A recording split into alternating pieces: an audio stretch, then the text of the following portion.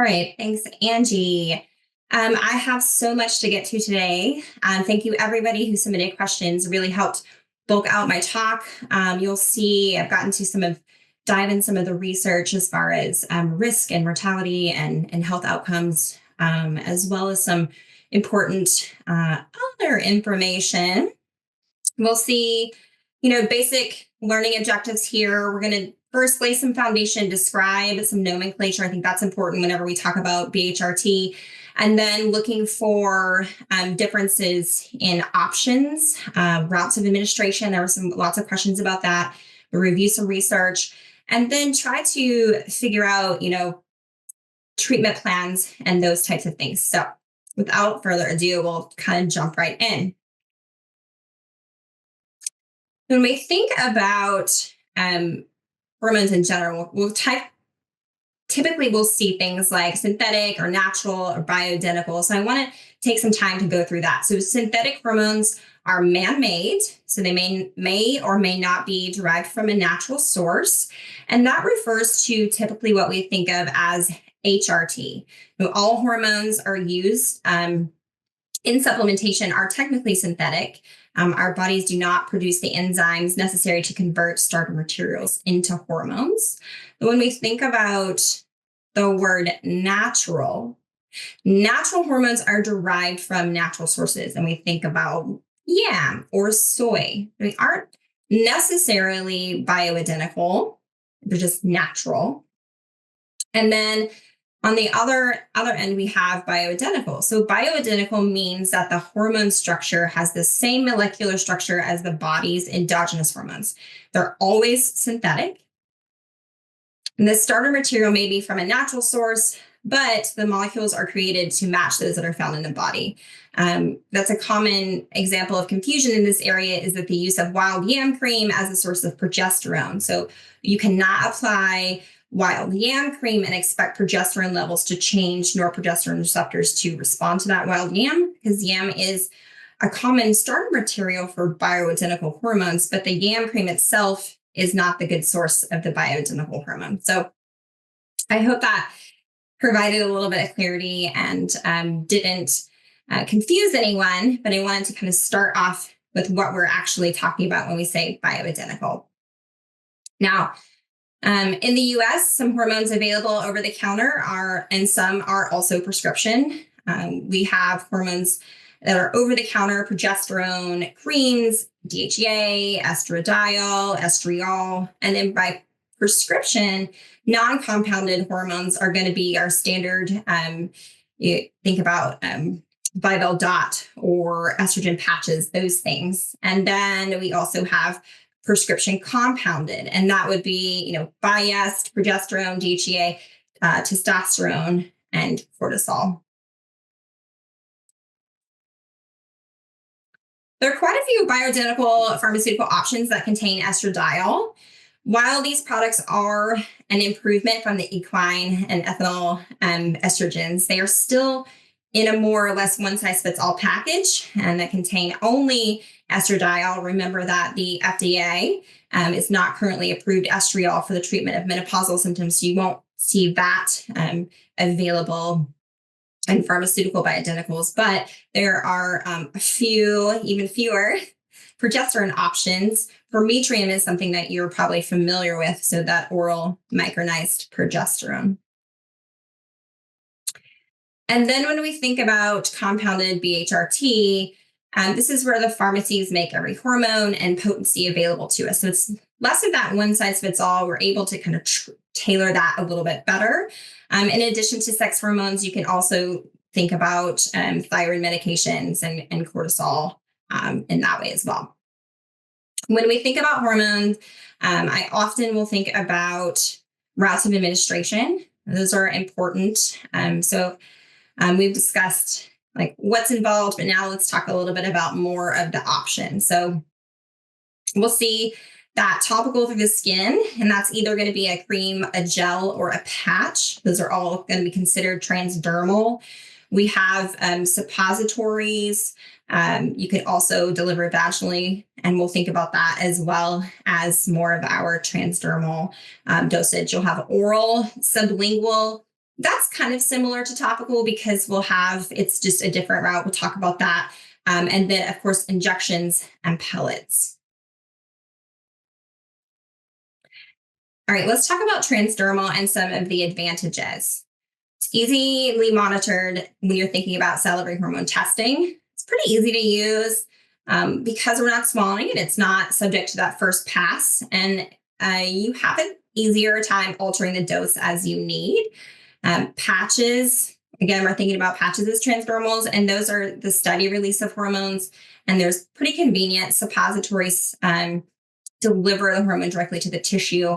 So we have a lot of neat advantages. Now, the disadvantages here for transdermals can be about the risk of transference to others. So less with patches and suppositories, although you can see that with suppositories. But it's the risk of, family members, children, that type of thing. And there's a small risk of contamination for saliva testing. It's like if the hormone were to get into the tube. And it can be stored in the adipose when applied to those thicker areas, such as the abdomen or the breasts. I just want to take a second. I will see exogenous exposure and contamination because of the nature of just being a staff doc here at Doctor's Data. And I want to let you know that there is this handout here, kind of helps decide how to decrease the risk of that. My favorite way when thinking about creams is to, potentially utilizing gloves each time and putting them in areas that are covered with clothes, like behind the knees, tops of feet, inner wrists, those types of things. So oral hormones are also easy to monitor and easy to use with most patients are familiar with taking a pill, and the risk of transference here is very low. However, I would say that, the major disadvantage you'll see is that subject to the first pass effect. And with some hormones that we're going to talk about, that can really mean we're going to be increasing some health risk. So we're going to look at that. Estrogen, for example, we'll talk about that. Progesterone is, majorly metabolized to allopregnanolone. And then when we think about giving testosterone orally, that's hepatotoxic. So there might be some things to consider in this route of administration. Sublinguals, they're easy to take. And for the most part, they don't transfer to others. You can alter the dose easily. And the first pass metabolism is mostly avoided unless some of the hormone is swallowed. Inevitably, that's going to happen. But I would say as far as disadvantages, this one can get a little tricky with saliva testing if patients aren't mindful. We do have some instructions here for that reason. Just if we're going to do sublinguals, we want to do that collection about 24 to 36 hours after our last hormone use. And then it is really important, even though it's so far from testing, that they're going to rinse their mouth out with water and maybe even brush the teeth afterwards, just to really get in there.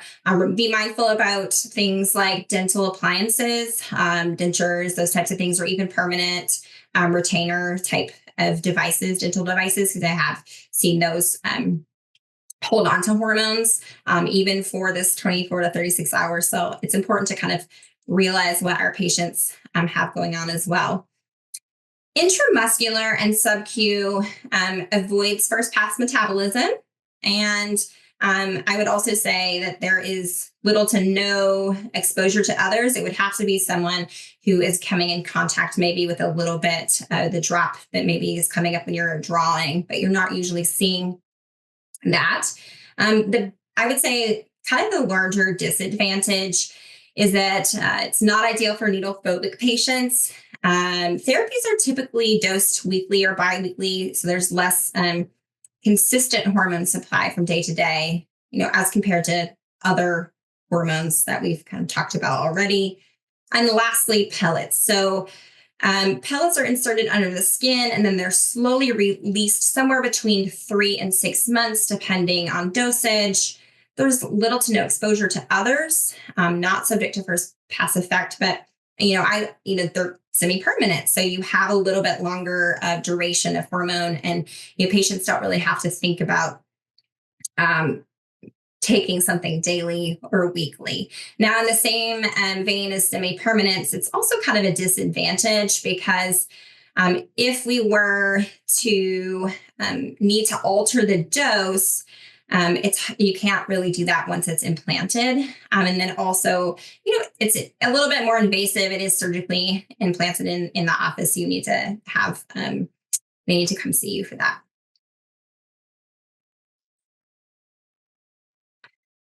Okay, now we're going to kind of look at a closer look at each hormone that you might prescribe and note some special considerations. So if you want to be aware of that. And we're going to start with estrogen. So estrogen is most commonly used for peri and postmenopausal women, and only when testing and symptoms indicate that. It's less often prescribed for premenopausal women, but testing and symptoms can also help you guide in that decision making.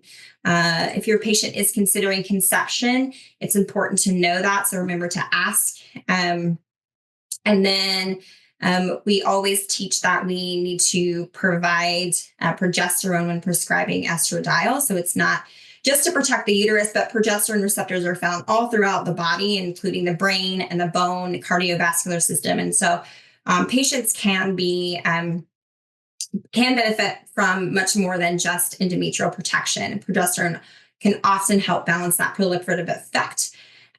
So consider adding, estriol anytime you're going to give some estradiol. It's the weakest estrogen form, and it can protect from potential proliferation of estradiol.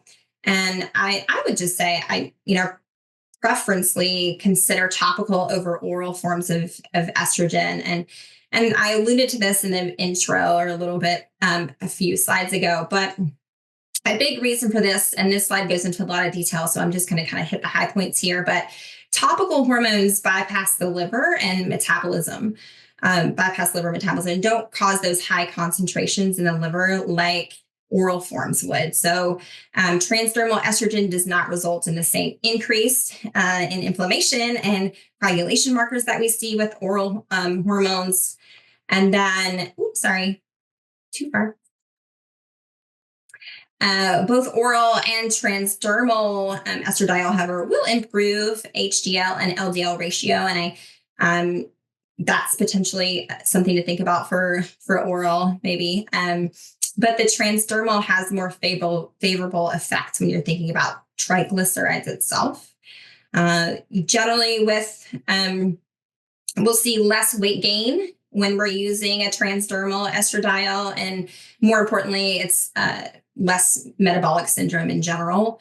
And you'll see that here that oral is going to increase sex hormone binding globulin, which can decrease bioavailable testosterone.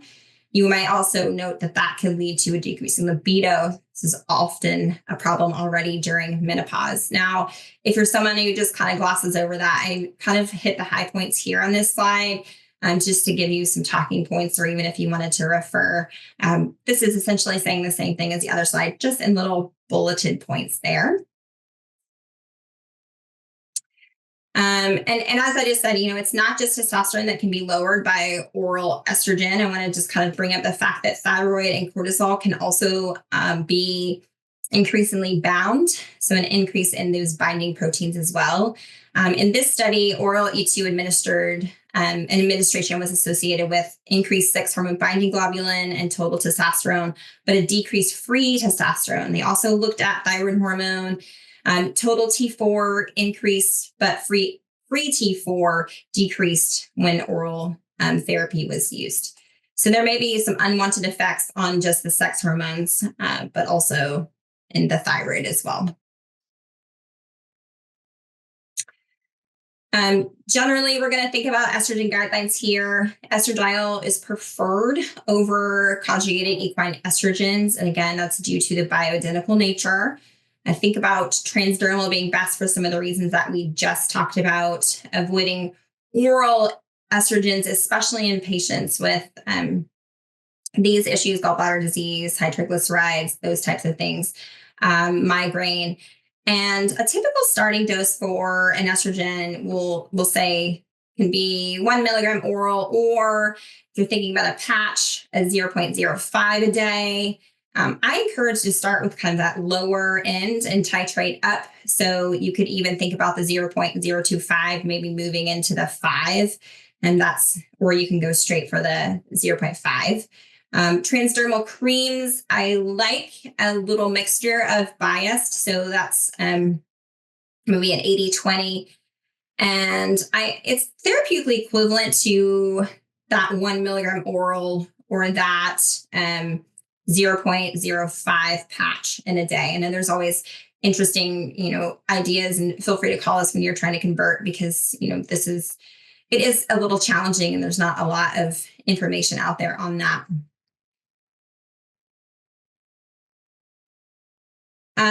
Here we've had some questions about transdermal estradiol and progesterone, and, could that be safer? This review article says that for postmenopausal women in HRT, that yes, they established that cardiovascular risks for oral estrogens and less so for those transdermal. So in fact, non-oral therapies can offer that blood pressure control.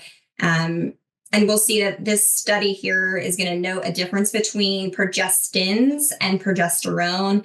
Those are molecularly different. When we talk about more of like bioidentical, we're going to think about progesterone. And then progestins have their own risk factors, including things like DVTs and pulmonary embolism, even some breast cancer things have popped up from progestins.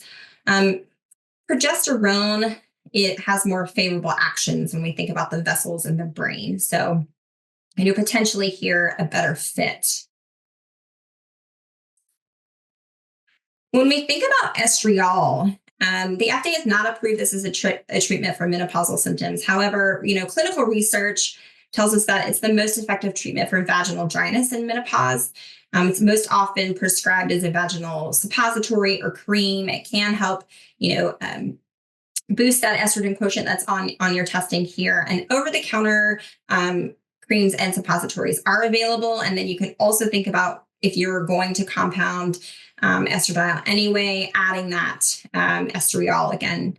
I like the bias recommendation, but a starting dose generally, and this is going to be typically for, that vaginal dryness piece, 1 milligram PV at night for 1 to 2 weeks, followed by 1 to 4 times weekly as needed for symptom relief. And most of the time, I would say people are getting, 2-ish times a week, maybe 3. That seems to be sufficient moving forward. When we think about progesterone, it's important to also realize that this means it can sensitize estrogen receptors. And so sometimes the symptoms of estrogen dominance, which we are typically trying to address when we prescribe progesterone, can actually get worse before they get better. I don't always tell all my patients this, but it can take a little bit of time, meaning like several weeks for this to calm down. I also typically will see symptoms like hot flashes and night sweats, breast tenderness, mood concerns. Those are the things that you might see get a little worse before they get better. Again, dosage route is going to be important here. Majority of oral progesterone is metabolized to allopregnanolone in the liver. And so we're going to see that gives GABA-like effects and can be really helpful for calming the nervous system, helping individuals sleep. When choosing if we should do oral versus topical progesterone, topical is really well absorbed and will raise tissue levels, but it won't do the same as far as those anxiolytic effects. So there is a little bit of a difference in nuance when you're thinking about what to give a patient between oral and topical progesterone there. And I'm going to have a little bit more research in topical progesterone, because some of you have asked questions about that in relation to some endometrial protection. So that'll be in this lecture coming forward. Now, here we see BHRT for testosterone. Now, testosterone is going to require a DEA number. When we see that ester test, which is orally delivered methyl testosterone for women, this is not FDA approved, has been found to be liver toxic. The approval, just hasn't been there for that. So I rarely see ester test out there anymore. I just want to let you know that it is, if you get a patient that maybe is on it. But you can prescribe bioidentical testosterone topically, and that would come from a compounding pharmacy. Please remember that testosterone has the potential to convert to estradiol via aromatization. So making sure that we are testing our estradiol along with testosterone.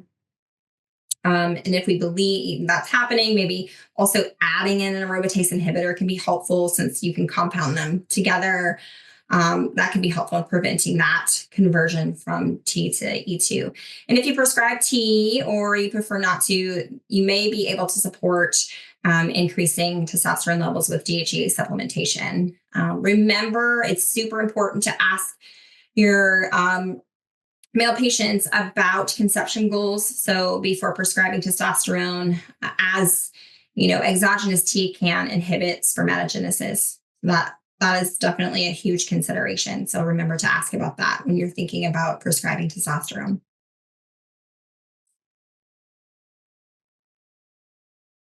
DHEA can be delivered orally or topically. I typically recommend it orally. It's definitely easy to get. We have, seen kind of behind the scenes some absorption of DHEA topically, not be so well absorbed there. It can convert to estrogen and testosterone in both men and women. So just remember to make sure that we know the levels of those hormones before we are giving DHEA. And then remember that, we have in individuals that potentially have a higher body fat mass, we have the potential for aromatase to be a little bit more active. So be careful with supplementing DHEA, especially in women that maybe are overweight, and that could increase estrogen levels as well for them. Okay, several transdermal considerations here. I wanted to give you just like a little snippet. This is a good place to start. We'll see this in the cases, but typically when I am thinking about, dosages of things, weight will come in, especially for progesterone. This is just a nice little place to start. It doesn't have to be the end all be all. You can tailor this to your patients, but if you have a new patient and you kind of don't know where to begin, this is a great little chart. And I think it's even on our website. Cortisol supplementation is typically recommended if you've seen a HPA axis lecture for that phase 3. Prescribing cortisol is not really fixing the HPA axis, but it's providing that physiologic level of cortisol. You'll see that there are some prescription forms, Cortef, and then you can also compound. But to avoid suppression, the biggest take home here is that we want to keep the dose lower than 20 milligrams a day. A good starting dose is about 5 to 10 for waking, and then another 5 to 10 at noon. That's a pretty standard prescription that you'll see here. Now, a little bit more about compounding medications. So compounding pharmacists prepare personalized medicines from scratch, and they are mixing the ingredients and the strengths and the dosages that your patient requires and that you have asked them to do. So this is where the art and science of personalized medicine kind of comes together. And I think the hesitance with BHRT in general has typically been that it's a common misunderstanding that compounded medications aren't FDA regulated and therefore they're not safe or they're not useful. But it is true that compounding meds are not regulated at the federal level, and that's because compounded medications are regulated at the state level. Now, compounding pharmacies are required to prove that their products have ingredients that they stated they contain, and then they're often held to more strict manufacturing guidelines than a large pharmaceutical company would be. And then standards are used in compounding are set by the US Pharmacopoeia and the Pharmacy Compounding Accreditation Boards. So I just kind of wanted to dispel that myth there. It is governed pretty well, and you can trust compounding pharmacies here. If you are interested, here are 2 sites you can visit for more information and try to find out about a compounder near you. I've included this here. And I would say the big take home from this first half of the lecture is that there's no single route of administration that's going to be right for every patient. So you're going to have to kind of take in consideration lifestyle factors, health risk factors. And so this is going to be made on a patient by patient basis. Including BHRT is going to allow you to make more individualized treatment approaches and plans. And they're starting to be more common and widely available, and most patients are tolerating them pretty well. Okay, so we're going to switch gears a little bit. I had the opportunity to dive into the research because some individuals were curious about what's happening in the world of hormones. This lecture is focusing on BHRT, but I feel like we can't talk about BHRT without bringing in some just other hormone information. And so here we have, a big question I got here is, do we have to stop hormones after age 65? So this is new. This is a new development that happened in 2024. It's pretty interesting to watch this happen. This is the Menopause Society. They had a name change, but that's not the news. The Menopause Society this year, many providers have been taking women off hormones after that 10-year mark or after age 65 because the Women's Health Initiative results suggested that could increase invasive breast cancer and stroke and even coronary events. However, the Menopause Society shared the results of a new large-scale study that looked into these risks, and it was based on the records of 10 million senior Medicare women from 2007 to 2020, and it concluded that compared with never use or discontinuation of HRT, so that's hormone therapy, before the age of 65, the use of estrogen monotherapy beyond 65 years was associated with a significant risk reduction in mortality, cancer, congestive heart failure, venous thromboembolism, atrial fibrillation, acute myocardial infarction, and dementia. So the death incidence was lower among those users, and that was the non-users, and something significant to take home there. We also see that topical and vaginal estrogen significantly reduced risk of stroke and dementia. Mortality was reduced more by estradiol than by conjugated equine estrogens. And the progestin monotherapy increased breast cancer risk by 21%, but progesterone alone decreased that by 10%. So again, this is from the same study you'll see at the bottom of the page here. So the conclusion was made that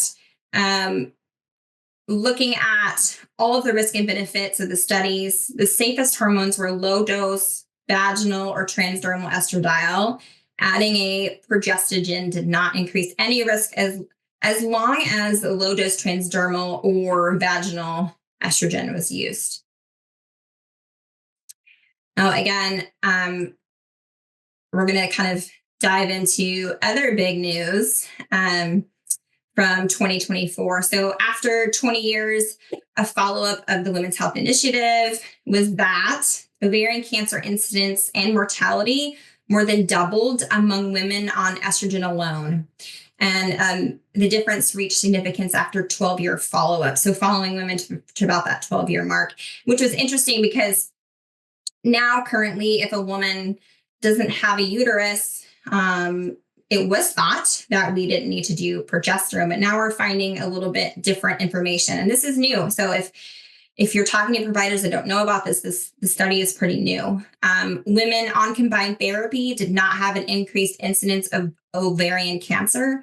And progestins are necessary not just for the endometrial protection, but also for ovarian protection as well. So there's plenty of reasons to include progesterone, even if a patient doesn't have a uterus. But this big news, I think, conventional medical societies may change their opinions once they get up to speed on this. In fact, once they have big Congress meetings, probably in the next 2 to 3 years, you're going to see that change a little bit. But I wanted to let you have that information.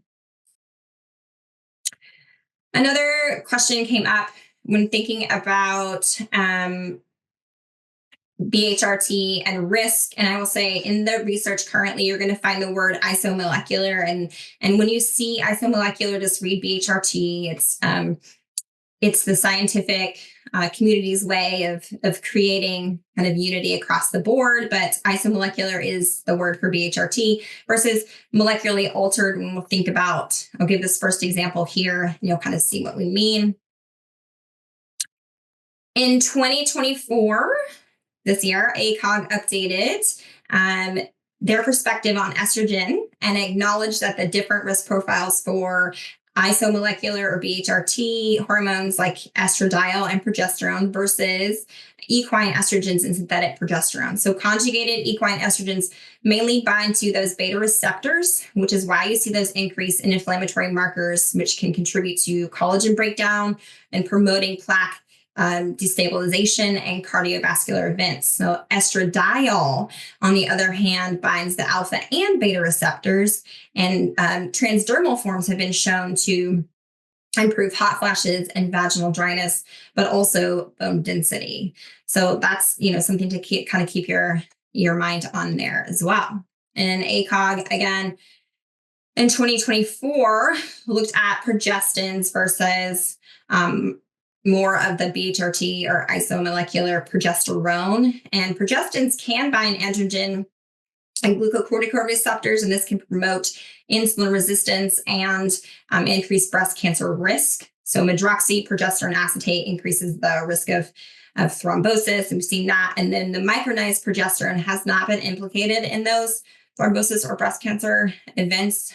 So ACOG has put kind of a statement out about that. There are questions about utilizing topical progesterone and as far as its protection for the endometrium as opposed to an oral estrogen.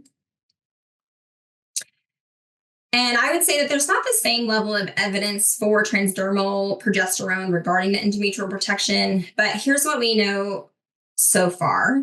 The key to protection of the endometrium from hyperplasia when a patient is on estrogen is to use a sufficient dose of progesterone. So for women not complaining of vasomotor symptoms, twice weekly vaginal progesterone may be sufficient here. And that's what the study is showing you. And if your patient's on vaginal estrogen twice a week, you could combine it with progesterone using a compounding pharmacy. So that would only just be the need for one product. Daily or twice daily progesterone is best to help stabilize mood or vasomotor symptoms, like in this study. And women on oral Premenopausal who used 20 milligrams of that transdermal progesterone twice per day did not develop endometrial hyperplasia after 6 months. And the effect was similar in those also on oral progestins. So, there's also some evidence here that progesterone is protective of the breast. So this study had women apply 25 milligrams of progesterone to the breast as they awaited biopsy for benign lesions. And this treatment was shown to decrease cell proliferation. And another French study found the decreased breast cancer risk amongst premenopausal females using transdermal progesterone as well. So we're always I am and the team here are always looking for ways to help support you guys. So I hope you'll use those studies that we've just shown for, help in that way. It was interesting. Questions have come in about previous breast cancer history and what to do. And we'll kind of talk a little bit about this study, but in 2019, the big news was that estrogen alone in the Women's Health Initiative actually decreased the risk of getting breast cancer by 23% for the next 20 years. So even if a woman was on estrogen for a short time. So estrogen use for even just 5 years also reduced ovarian, uterine, lung, and colorectal cancer by 33%. And most importantly, participants on estrogen who did develop breast cancer had a 44% decrease of dying from it. So mortality rate decrease, and no other therapy has ever shown any level of protection in that for breast cancer fatality. So where did this information come from? Why have we been afraid to use HRT? Well, HRT in breast cancer survivors is generally contraindicated because of this Habits and Stockholm trial from the early 2000s. And they compared those on estrogen with cyclical medroxyprogesterone. And then they also looked at non-users. Now, the Habits trial found increased local or contralateral reoccurrence with estrogen plus progestin treatment. And then the Habits was stopped after 2 years for this reason, and is also the reaction to the WHI study being stopped at the same time. There was no increase in recurrence for those on estrogen only, including Premenopausal, and a follow-up study in 2008 found that there was no increase in mortality. Now, I will say that it is worth mentioning 11 of the randomized HRT patient population of those didn't take the HRT, and 43 of those on the non-HRT arm did. So additionally, Habits did not require baseline imaging, so mammograms prior to entry. And then the Stockholm was stopped early because it was thought that they were also finding increased risk with hormones. And they gave less of the progestin, and a higher portion of patients were on tamoxifen there. So, it comes into question the validity of the study as far as its design, and maybe better researched. But what I can tell you from the same time period is that even though this study was showing those results, we had in 2022, Abram and Blooming published a review of 25 studies of breast cancer survivors that were given HRT, and 17 of them listed, including patients with positive estrogen receptor assays. And none of those reports identified an increased risk of breast cancer recurrence, especially except for that Habits trial that we just talked about. So there were 5 studies reported fewer breast cancer events among those survivors and receiving HRT, and 4 reported reduced mortality from breast cancer itself. Again, can't say yes or no to this, but we are getting a little bit more comfortable living in the gray. We have some data to kind of back up what to do if someone has a history of breast cancer itself. Also, talking with oncologists is a great idea. Here we're looking at vaginal estrogen as possible decreasing breast cancer recurrence versus no hormonal therapy. It's been associated with 20% fewer cases of breast cancer recurrence as opposed to no hormones, and recurrence was lower among vaginal estrogen users compared with oral in another study. So according to this research involved in this literature review, these therapies are contraindicated if someone is on something like a tamoxifen or aromatase inhibitors. Adding estrogen is going to counter effect the drug. So that's like a little warning there. You want to think about aromatase inhibitors.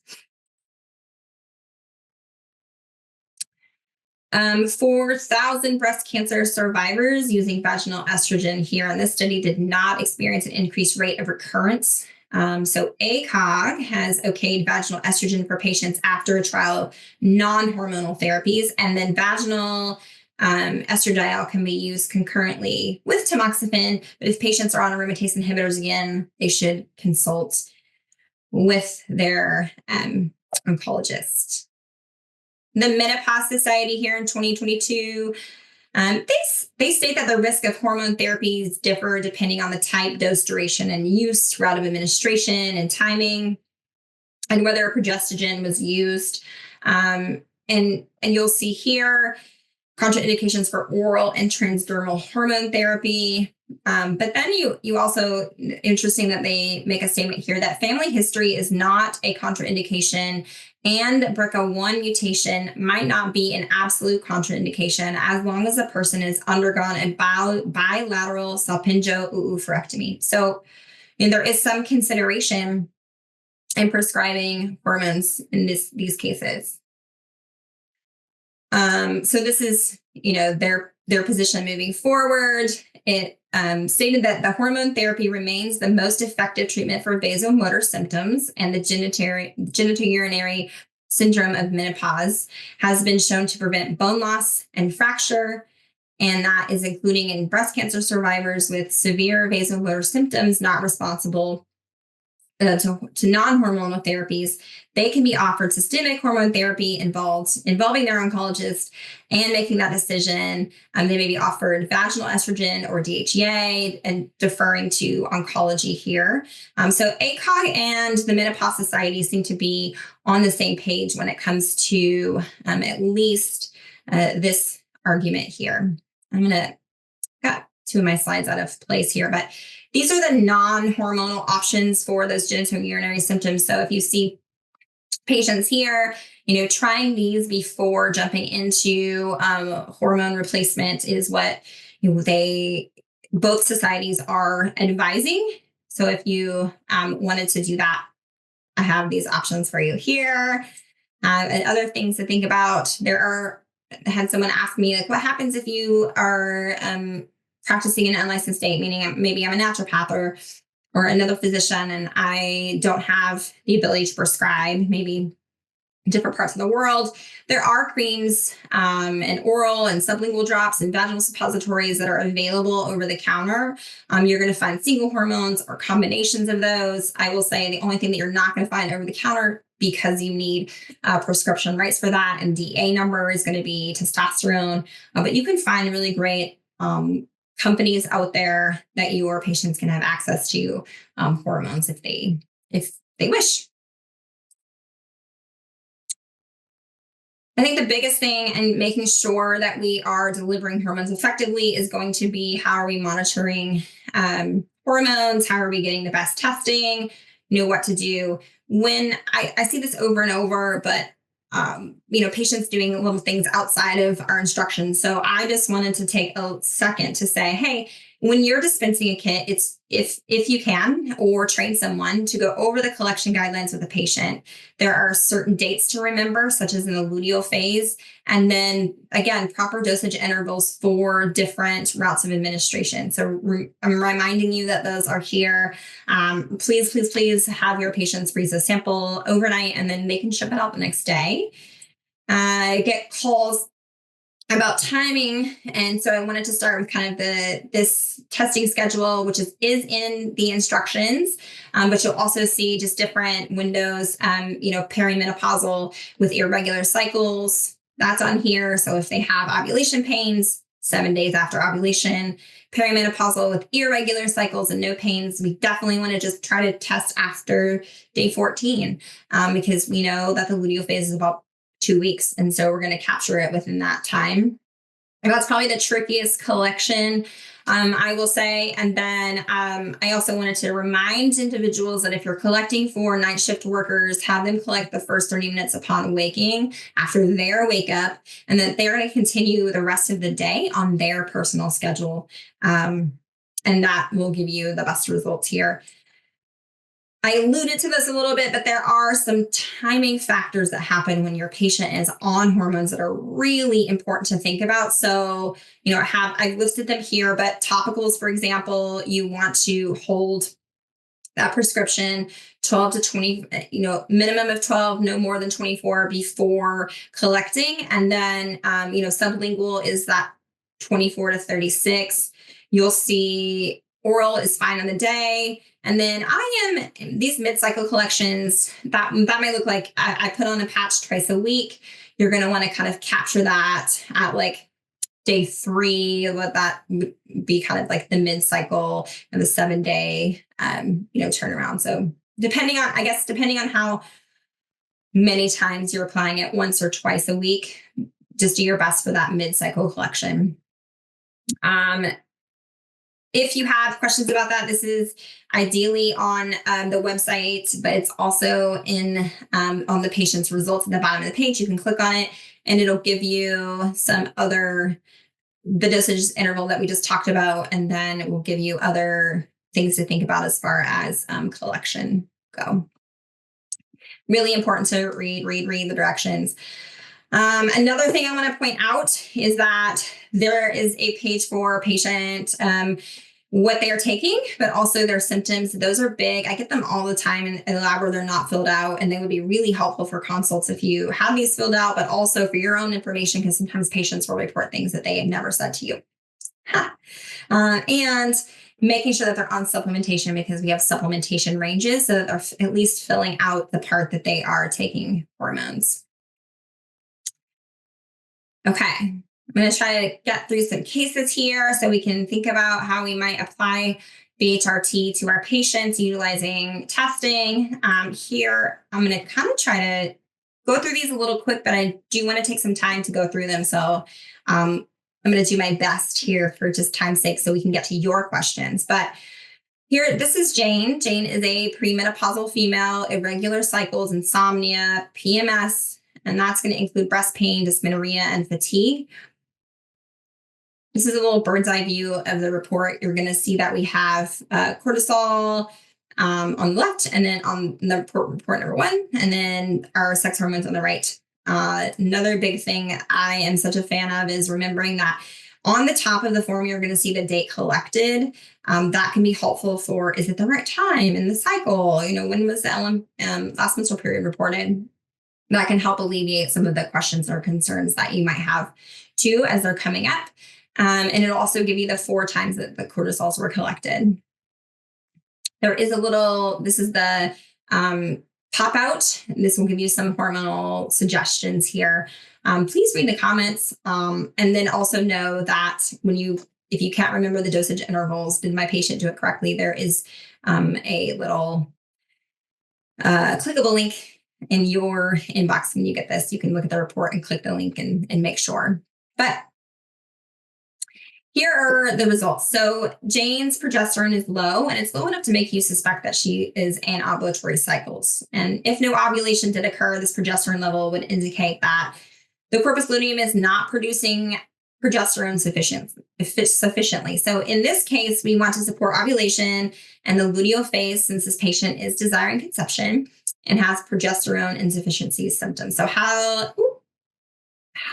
do we do that? Well, the first thing I do is I'm going to look here at the symptoms that the patient is reporting and see how severe they are. And that's going to also help me decide what I'm going to reach for as far as treatment will go. I also keep in mind from your own records, the height and weight, when the last menstrual period was. All of this is going to come into play. It's helpful to determine. Now, here's Jane's treatment. And we'll think about cycling herbal tinctures. That's going to be to support the follicular and the luteal phase. And then we're going to add about 30 milligrams of topical progesterone to the second half of the cycle. And if Jane weighed over 150 pounds, we'd probably double that, her starting dose. But the use of bioidentical progesterone in this case is optional. And, my view is that the most important thing to accomplish here is ovulation. So Jane's progesterone level was low, and then supplementing progesterone will not increase the likelihood of ovulation, but should implantation occur, and it can help keep that viable. And then it will also help with the progesterone receptors, and that will be the symptomatic management for some of those mood symptoms you'll see there as well. So 20 to 30 milligrams, we're thinking about her because she weighs less than 150 pounds. And then if we need a little help, sometimes, I have providers ask me, how do you write a script here? We'll think about, again, she's interested in conception, the age, the weight, and then something like progesterone, P4, 30 milligrams per milliliter, number 30. And that's apply 1 ml to skin areas, thin skinned areas. And that's going to be day 15 through menses. And make sure you're giving enough refills that they're actually going to make it to your next follow-up or testing. I recommend that once you kind of get someone onto a hormone prescription, give them a 2 or 3 months and then test again. And then you can move to annual monitoring after you get a pretty steady dose. Now here, this is the testosterone from this report, and it's optimal, but her DHEA is overtly low. And before we consider supplementing, I would always think about what's happening with estradiol and testosterone levels. If you wanted to give DHEA, in this case, both of those levels are sufficient. And so I am thinking that we could add in maybe a little 5 milligram oral DHEA in the morning. And then let's also look at what's happening with her HPA axis. You'll see that we have this uptick at nighttime. And then she's clearly phase 1. When we are looking at that uptick at nighttime, sometimes we'll see that the inverse can be happening as well. Cortisol and melatonin have opposing curves. So sometimes you'll see that. We do here. So cortisol and melatonin oppose one another, and Jane's results reflect this. So her cortisol levels are rising at bedtime, which they should not be, and her melatonin is not rising at bedtime when it should be. So we have some work to do within the HPA axis here. I'm a big fan of thinking about, how do we get that back on board? We're going to think about B vitamins and adaptogenic botanicals, dosing AM and noon. I would think about doing something like a phosphatidylserine at bedtime to help decrease that cortisol. And then big fan of sleep hygiene. What is it that we can get, screens, that type of thing? Do we need to quit that before bed? Is the room dark? Is the temperature good? And then the best thing to help with circadian rhythm and increasing that AM30 value, or that first morning cortisol sample, is going to be exposure to bright light. So we'll think about a sunlight or a light box for at least 20 minutes in the morning. And additional, you can think about melatonin, 1 milligram immediate release at night, and that's just going to be helpful to help fall asleep. So that's an example of a way that you can take testing and kind of figure out what you want to do. This is a menopausal female, 6 years post-hysterectomy, has been on progesterone supplementation for about 6 months, but still having quite a few residual symptoms. And you'll see those listed here about sugar cravings, hot flashes, forgetfulness, vaginal dryness. These are the reports we ran, and this is the comprehensive plus, which includes those additional estrogens. I think that's important for women that are premenopausal, even paries have some baseline before they go into menopause. But then you'll have the estrogen quotient as well, and that's typically thinking about breast cancer risk and those types of things. But here we see kind of that bird's eye view of the reports. We have the symptoms. We see severe fatigue, sugar cravings, hot flashes, night sweats, incontinence even, which could be a low E2 symptom, and some vaginal dryness. So those are important to pop up if they didn't come up in your consult. And then we see that Sally is currently using 30 milligrams of transdermal progesterone. So this test is monitoring the dosage to see if it's appropriate. And she applied her hormone cream at 8 a.m. and then collected her first sample the following day at 8 a.m. so that we're into that dosage interval was 24 hours, which is appropriate. So she made it within that 12 to 24 hours. Looking at the estrogens, Sally's E1 looks fine, but the suboptimal E2, taking into consideration her estrogen deficiency symptoms, you might think about supplementing estradiol. So her estrogen quotient is low, so we want to balance that. We're going to think about E3, and this is where I was, talking about doing biased. If we wanted to do that, we want to think about 1 milligram of biased. And I like the 4-to-1 ratio, like 80-20 is very common dose, can be divided twice a day, helps minimize those hormone fluctuations over that day period, and then control hot flashes a little bit better. You can give biased in a 50-50 formulation, and that's also possible. And if you are giving vaginal estriol, with your menopausal hormones, it's best giving biased in the formulation of 50-50. Consider that vaginal estriol as well. Typically, we'll see something like a sig of 0.5 milligram topical twice a day for that biased. And then here, if you want to consider just vaginal estriol, you can consider 1 milligram at night for 1 to 2 weeks, and then, some maintenance dosing happening there. Now let's take a look at the estradiol in relationship to the progesterone, or that PG to E2 ratio. So if you recall, this patient was already on progesterone when she came into the office, so her therapeutic progesterone level is good. But if we give bias to this patient, that will bring down the PG to E2 ratio. So we're going to want to increase her progesterone to keep it in range. And progesterone can also help with those vasomotor symptoms and cognitive symptoms of menopause that we were still seeing some of those hanging around. So we'll give 50 milligram topical to counterbalance the effects of supplemental estradiol that's now being prescribed. And then for a woman above 150 pounds, you typically are recommending something about 40 to 60 milligrams of progesterone in a day. I'm hoping this will be efficient for symptom management. You could also consider oral progesterone of about 100 milligrams nightly.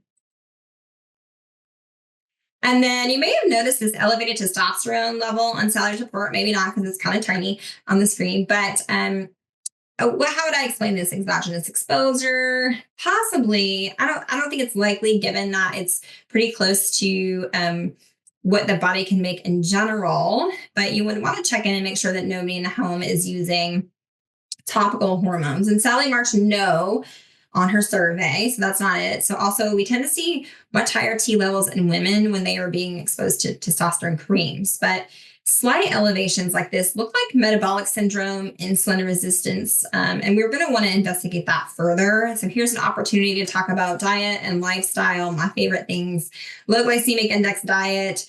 You could also consider testing for things like vitamin D, hemoglobin A1C, or fasting glucose at that time.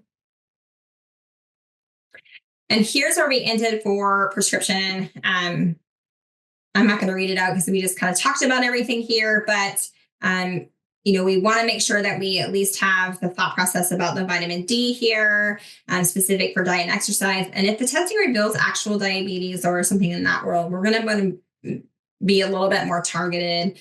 Treatment would be indicated here. The DHEA is low, so we want to give Sally DHEA, but I hope you're not thinking no. Why not? Because I hope you're thinking no, but it's because her testosterone was already elevated, and we don't want a chance increasing that even more.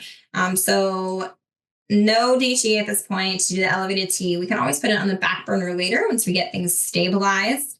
And then this would be a sample script if you needed some help trying to decide biased, 4:1, 1 milligram progesterone, 40 milligrams per ml, number 30. So combined cream here, 0.5 ml to thin skin areas twice a day, and 2 refills will get them back into your office.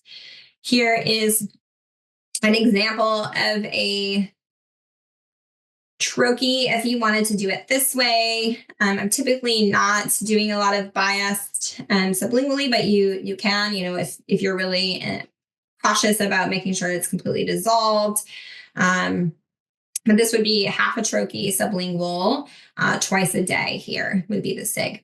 And you can keep the dosages the same in this troche. With the phase 3 dysfunction here, we're going to think about that, low diurnal cortisol. We want to see it highest in the morning. So again, we're going to think about the baseline HPA axis support. But because she's so low, I'm actually going to bring in something like hydrocortisone, 10 milligrams in the morning and then 5 at noon, and hoping to kind of pull up that curve. Again, when we're avoiding supplementation, that is less than 20 milligrams. We don't have to think about suppression. So this will give her some energy and help her get through the day, maybe even help with that exercise that we've prescribed there. Okay. And then we have always need to include a male case here. His primary complaints are decreased erections, decreased libido, fatigue, and brain fog. We have his reports here. We didn't do the comprehensive hormone profile, and that's because there's not a lot of information about the estrogen quotient for men. So we didn't do the one that has all of the estrogens. However, you're welcome to order them if you think that's helpful. Just keep that in mind that there's no reference range for men when you're thinking about that.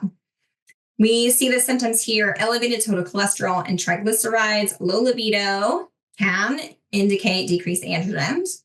And you can see that David's indicated numerous adrenal function symptoms on the left with low energy, and he's marked prostate symptoms on the bottom as well. When we look at his results here, you're going to see that the PGD-E2 ratio is there is no reference range for David. And this is because this is a clinical construct and not a physiologic ratio. So you can only bring that PGD-E2 ratio into normal range for men by supplementing progesterone, which you might do in this case since there's prostate symptoms. And in David's case, progesterone is a consideration. I would think that. And he reports that moderate decrease in urinary flow and increased urinary urgency that you see here. We will also look at estradiol. It's important if we're thinking about men's health to also look at estradiol and see what's happening here. So even though his testosterone is within range, it's toward the bottom of the end, which is generally considered suboptimal. And we can consider testosterone boosting treatment for David to address this low T symptoms and bring that testosterone just a little closer to that midline. His symptoms may be resolving if we can get that done. So, chrysin has aromatase inhibition effects and blocking that conversion of testosterone to E2. So we include that in this formula here, and then 10 milligrams each of progesterone and testosterone. And this recommendation is to apply hormones once per day. A sample script, if you need it, we'll see that we have a 46-year-old male. You see his weight here. Testosterone 10 milligrams, progesterone 10 milligrams with chrysin 50 milligrams per 1 ml applied to area of thin skin in the morning. 2 refills again, so they can come back to your office after you've got them on this and they can be retested. There's some non-hormonal testosterone boosting options, so I just wanted to bring those in. Testosterone does require a DHEA number to prescribe, and so it's always nice to remember that there are other ways to possibly boost testosterone. So here, some of those are, of course, lifestyle, zinc, and several herbs that you'll see in different formulations. DHEA is very low range, which I consider functionally low. So, I am thinking that we should give a little bit more DHEA. Now, we're giving a little bit more DHEA than we will our female patients. So our typical range for men is, anywhere from 10 to 25 milligrams per day here. And the cortisol curve looks better than the other 2 we saw today, but that AM and noon cortisol are suboptimal and the others are within range. So, we may look at this and think that it's not too bad, but if we dive deeper and look at the cortisol awakening response, which I did here, you're going to see that the car is delayed and somewhat flat. I consider this like a little mini stress test for the adrenals. But what that's going to allow me to do is just get a better idea about how he's responding to stress. And it also looks like once he has responded to stress, he stays kind of stressed. The stress elevation continues. So I'm going to take that into consideration moving forward. We're going to think about some adaptogens and, B vitamins, again, foundational lifestyle changes, bringing in some things like mindfulness and self-care to really help reset the nervous system a little bit. Now, I've talked a lot about salivary hormones, and I do want to mention that we do have other profiles for hormones. And here we have the HUMAP. I can give you some great information about hormones. Just today. I only had time to kind of think about and talk about what we can find in saliva. And then just to reiterate, please read the instructions and our supplemental handout. So really guide you in sample collection and help your patients that are doing tests actually get results that you can utilize. It's such a shame when our patients don't give us those results. Again, hormone balancing is very individualized and it's based on symptoms. And then, it's going to be your patients and preference, but also, their history, their deficiencies is really individual. It's going to be changing for that pre, peri, and postmenopausal female, as well as men suffering from hormone imbalance. So we have a great opportunity to provide more individualized care. Okay, that's all for me. Does anybody have any questions that we can look at?